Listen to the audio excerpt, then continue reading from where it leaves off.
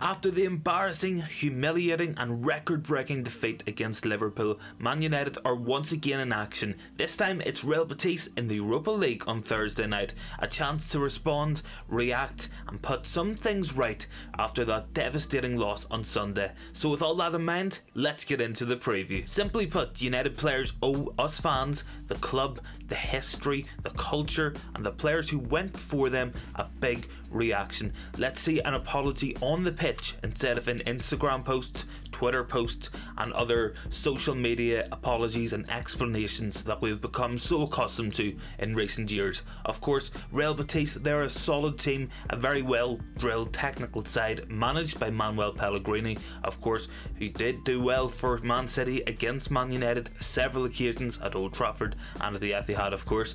As well as that, Real Betis, they're a solid enough team, some really good technical players in there, Ayoze Perez, Borja Iglesias, William Carvalho, some strong players in that team as well, of course, but they are missing their two best players in my opinion. Sergi Canales, Nabil Fekir are both out of this match, and that gives United an opportunity against a team who do struggle to score goals, where we can go put two goals past them. I don't think they can respond in this one. I think they lack a real goal threat. They won't score a lot of goals, and I think Erik Ten Hag should go strong in this match, try to wrap it up in the first leg and give us an easy time going to Spain next week. So with that in mind, let's have a look at the rotated team I think Erik Ten Hag should pick in this match. So Erik Ten Hag will be well within his right to rotate and drop the entire side after that Liverpool loss on Sunday, but he does not have that level of resources, and I fully expect to see a similar team to what we've seen against Liverpool. There will be some changes, of course, so let's have a look. David De Gea in goal for me.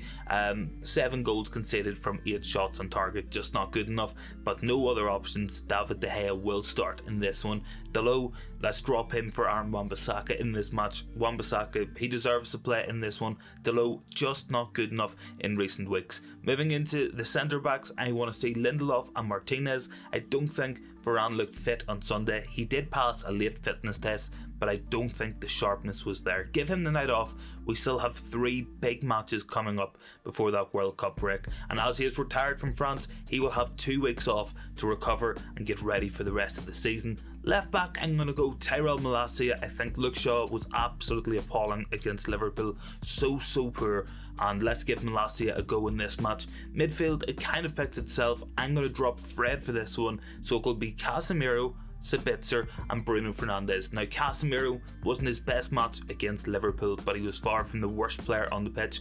Bruno Fernandes, there was a strong argument to say Bruno was one of the worst on the pitch for United in that match. Now Bruno Fernandes, I'm a big fan of the guy, he just was not good enough and he was not mentally there against Liverpool, but no options.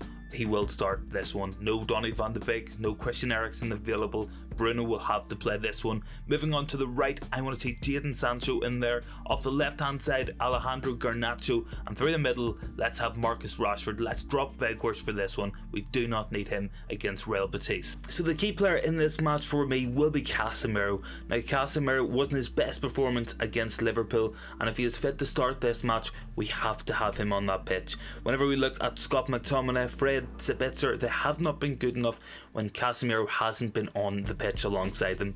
He is a level raiser and he makes those around him better on the night, and with that importance, we have to have Casemiro in that team. The drop off in quality between him, Scott McTominay or Fred in that holding position is absolutely massive, and we will need Casemiro on in this match against a very good technical side who will look to pass and dominate a lot of possession. Casemiro is needed to hold the ball, get the ball off the centre backs, fire it forward into the forward line so to start off counter attacks and be that building platform for United in this match. He will also be so important at winning the ball back, cutting off the passing lanes and stopping Real Betis moving forward up the pitch. If Casemiro starts, has a good match in this one, I fully expect United to win, and that will be reflected in the scoreline I will give in my predictions in just a bit. So how to beat Real Betis? Well, Betis, looking at those stats, they are not scoring enough goals for me. 32 goals scored in 25 matches in the league this season, and they have conceded 25 as well, so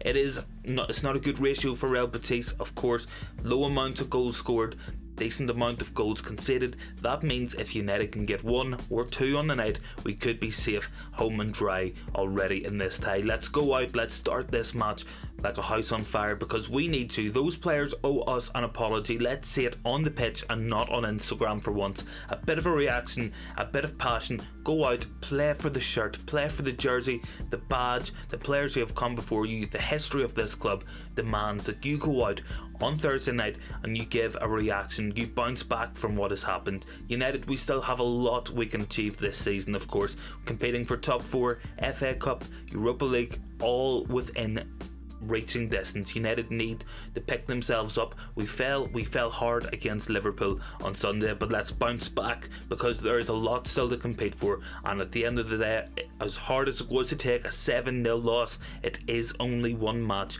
and we can go on and achieve great things this season. So with that in mind, it's time for some predictions. I'm going to go for a 2-0 win in this one. Goal scorers Marcus Rashford and Alejandro Garnacho in this one for me. So that's my predictions. Let me know what you think in the comments down below. As always, thank you very much for watching. Don't forget to join us after the match for some live reaction and an interactive stream as well, so stay tuned for that. Thank you very much for watching, guys, and I will see you in the next one.